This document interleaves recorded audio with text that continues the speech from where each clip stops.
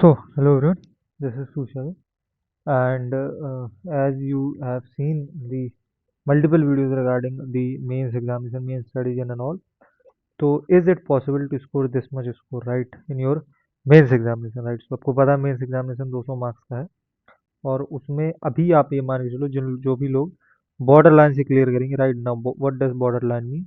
मैंने तुम लोगों के कट ऑफ का प्रिडिक्टेड कट ऑफ का it's not perfect cut off predicted cut off का एक आइडिया दिया था if you have watched the cut of video right, तो उसमें तुम लोगों को मैंने रफली एक आइडिया दिया था कि what could be the predicted cut off for both the categories right, for male as well and for female as well right. तो उस कट ऑफ के अगर आप तुम लोग अंदर लाई करते हो राइट, उस रेंज के अंदर लाई करते हो then you will definitely be very very good chance to be in the cut off, to be in the list as well. ठीक है, तो अगर वो लिस्ट पे हो तो तुम लोग you have to start the preparation for your physical and your mains right. अगर आप फिजिकली फिट हो, अच्छे हो, है ना, आपने पिछली बार का दिया था या और एग्जाम्स के आप देते रहते हो and you have prepared well for the physical examination right, तो अभी से आप मेंस में लग जाओ क्योंकि बहुत सबसे पहली बात तो ज़्यादा समय नहीं मिलेगा right, and if you will get time as well, तो अब चूंकि पैटर्न इतना डायनामिक हो गया करंटली जो एग्जाम्स है सकती है, you will never be able to be prepare 100% right. तुम किसी भी एग्जाम में तुम देख लेना अभी करंट सिनेरियो है, क्योंकि वो एक एग्जाम से दूसरे एग्जाम तक जाते जाते चीज़ें चेंज करते हैं राइट। एक टाइम पे जो देखो सिलेक्शन पोस्ट में जो पूछने का तरीका था क्वेश्चन का या जो भी टॉपिक से पूछ रहे थे स्टेनो में, वो पूरा चेंज हो गया राइट। उसके बाद सीजीएल में चेंज हो गया, फिर तुम देखो सीएचएसएल में भी अलग चेंज हो गया। सीजीएल में जो तुम जीएस के टाइप देखते थे स्टेटमेंट वाले लॉन्ग लॉन्ग क्वेश्चन आ रहे थे, सीएचएसएल में वो पूरे के पूरे खत्म हो गए, वन लाइनर क्वेश्चन आया। सीपीओ में क्या हुआ, सीपीओ में भी वन लाइनर थे थोड़ी बहुत थे, बट इसमें तुम्हारा इंग्लिश बहुत टफ दे रही है, जबकि सीएचएसएल वगैरह में इंग्लिश ईजी थी, इसमें सीजीएल में तो फिर भी। तो तुम देख रहे हो एग्जाम दर एग्जाम चीजें वो लोग चेंज कर रहे हैं right. You will never be able to predict anything कि यार ये इस एग्जाम में ऐसे था तो इस एग्जाम में ऐसे होगा, नहीं। ठीक है, पहली चीज। दूसरी चीज, 170 प्लस इज अ मिथ और रियलिटी, ये समझना पड़ेगा राइट कि इतने क्या आ भी सकते हैं।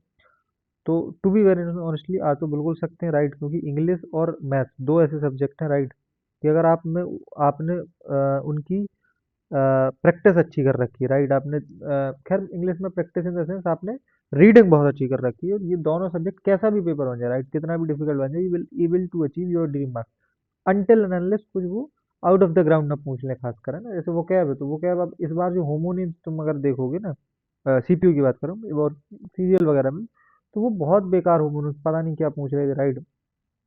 तुम्हारा क्रिश्चियनिटी से रिलेटेड जो टर्म्स थे वो सब पूछ रहे थे। तो इफ ये अगर वो ठान ही लें राइट कि उनको तुमको पूरे नंबर लाने ही देने, तब तो कुछ भी पॉसिबल नहीं है अनटिल अनलेस अगर ऐसी कंडीशन नहीं तो definitely it is possible right.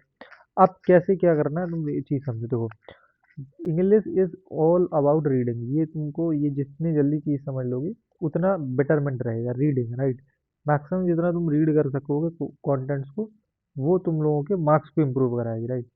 तो I will suggest to read editorials at this time right. अगर अभी तक तुम नहीं पढ़ रहे थे राइट, पहली बात तो ये तुमको, अगर तुम प्रिपेयर कर रहे हो इन एग्जाम्स के जिसमें इंग्लिश आती है, तो ये तो तुम्हारा बेसिक मंत्र है इंग्लिश के लिए राइट, इसको तो करना ही करना है what ever the circumstances, that doesn't mean ठीक। तो this could be your into the, this should be in your daily list right. अगर अभी तक नहीं था देन इसको अभी इंक्लूड करो आप, ठीक है, इंटीग्रेट करो उसको, इम्प्लीमेंट करो ठीक। सेकेंडरी चीज तुमको इसकी एक वोकैब कॉपी बनानी है राइट। एक वोकैब कॉपी बनानी है, और जो भी तुमको अच्छी वोकैब्स मिलेंगी, तो स्टार्टिंग में क्या, अगर तुम लोगों ने नहीं राइट रीडिंग की हैबिट तुम लोगों की नहीं है, तो उतना अगर तुम लोगों ने मटेरियल नहीं कंज्यूम करा है रीडिंग का, तो तुमको स्टार्टिंग में बहुत ज़्यादा वर्ड मिलेंगे कि मेरे को इस वर्ड की भी मीनिंग नहीं आ रही, इस वर्ड की भी नहीं आ रही, then you will find a lot of words like this जिसकी तुमको मीनिंग नहीं आ रही होगी, ठीक है।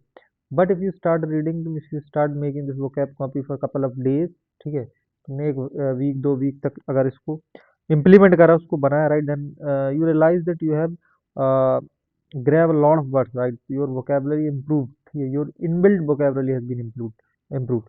तुम देखोगे कि तुमको बहुत अच्छे नए वर्ड्स आने लगे राइट। प्रीवियस ईयर वर्ड्स तो ठीक है, चलो जो ब्लैक बुक वगैरह में दिए जो फ्रिक्वेंटली आते रहते हैं वो तो ठीक है, वो बहुत बहुत बेसिक हो गया वो इन टुडेज कंपैरिजन, ठीक है। तो उसको तो ठीक है, वो तो करना ही करना है। ये जो थोड़े से नए वर्ड हैं इनकी मैं बात कर रहा हूँ, तो तुमके पास तुम्हारे पास एक अच्छा वोकेबलरी कंपाइलेशन हो जाएगा with a couple of days. इसको तुम इम्प्रूव फॉलो करोगे to till your mains examination. अभी एटलीस्ट अगर मैं चलो बहुत गिरी से गिरी कंडीशन में मान के चल रहा हूँ कि तुम लोगों के पास 70 से 80 दिन है अभी, फॉर श्योर है, इतने तो है ही है, ठीक है, मिनिमम है, क्योंकि अभी तुमको पता है कि मार्च तक शायद भर, मार्च और अप्रैल यहाँ तक तुम लोगों के एग्जाम बुकड है, राइट। 28 फरवरी से तुम्हारा है ना जीडी का, तो वो मार्च तक ही चल रहा, हाँ, तो मार्च तक तुम्हारा पूरा पूरा गया है ना, और मार्च में फिजिकल भी स्टार्ट हो जाएंगे तुम लोगों की, तो तुम फॉर मार्च में तो फिजिकल है ही है तुम लोगों के, ठीक है। तो मार्च गया तुम लोगों का, तो 80 से क्या, इससे ज़्यादा ही देना है ना, एटलीस्ट तुम्हारे पास 100 दिन है अभी मीन्स के लिए, तो 100 दिन बाद ही तुम्हारा मीन्स होगा, उससे पहले तो अभी कोई चांस नहीं है, ठीक है, फॉर श्योर नहीं। तो तुम लोग अप्रैल में मान के चलो, होगा अप्रैल में हो जाएगा, ठीक है। तो अब उसके हिसाब से अगर तुम जाओगे, तो तुमको अगर अभी से अगर ये स्टार्ट कर दोगे वो कैप कॉपी और ये सब बनाना, then you will definitely be very very good stage when your mains examination is going to happen, ठीक है। सेकंड चीज क्या करनी है, तुमको ग्रामर के जो रूल्स हैं, बेसिक्स हैं, उन पे कमांड बनाई, राइट। अगर तुमने नहीं बनाई, तो अगर तुम लोग के पास नोट्स हैं, तुमने कहीं से पहले पढ़ रखा, तो उसको करो। अगर नहीं कहीं से भी कर रखा, तो तुम लोग या तो नीतू मैम की बुक से कर लो, right, that is very very good book, Neetu ma'am की वॉल्यूम 1 जो है बुक, उससे कर लो। अगर करना नहीं तुमको, अगर अभी चूंकि टाइम भी है तुम्हारे पास, राइट, तुम टीचर को अफोर्ड कर सकते हो, तो will recommend a very very very good teacher when it comes to the grammar, ठीक है, अमन वशिष्ठ करके हैं सर, ऑब्वियसली तुम सब जानती हो, तो उनको तुम लोग फॉलो कर सकते हो ग्रामर के लिए, definitely very very good teacher, ठीक है, when it comes to grammar. Again reading portion के लिए मैं फिर बोलूंगा किसी को कुछ फॉलो करने की जरूरत नहीं, it is only about your skills, तो उसको रीड करना, ठीक है, न्यूज़ पेपर्स को, एडिटोरियल को इंग्लिश माध्यम से फॉलो करके जहाँ से भी करो, ये तुम्हारा खुद का है ना, ये सेल्फ वर्क है, राइट, इसके लिए तुम्हें किसी टीचर की नीड नहीं है, दिस इज योर वर्क, ठीक।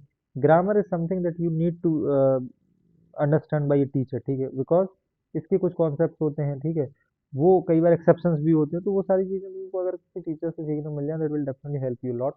तो इस वजह से तुम इसके इन टीचर के साथ जा सकते हो, that is very good. Again grammar के लिए बस देखना है इनको, बाकी वोकैब और तुम्हारा जो रीडिंग पार्ट है, that is only and only depend on you, ठीक, योर स्किल्स योर एफर्ट्स, ठीक है।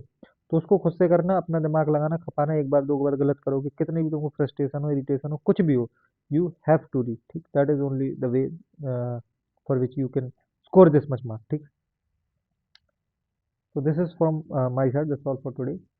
Just this is a very very good friendly advice. If you want to ask me anything for regarding your cutoff means group, everything is there. So you will free to ask me. There is a my Telegram ID in the comment section and in the description as well. Right? Be free to ask me. I'm more than happy to help you. Okay? So that's all from my side. This is Tushar signing off.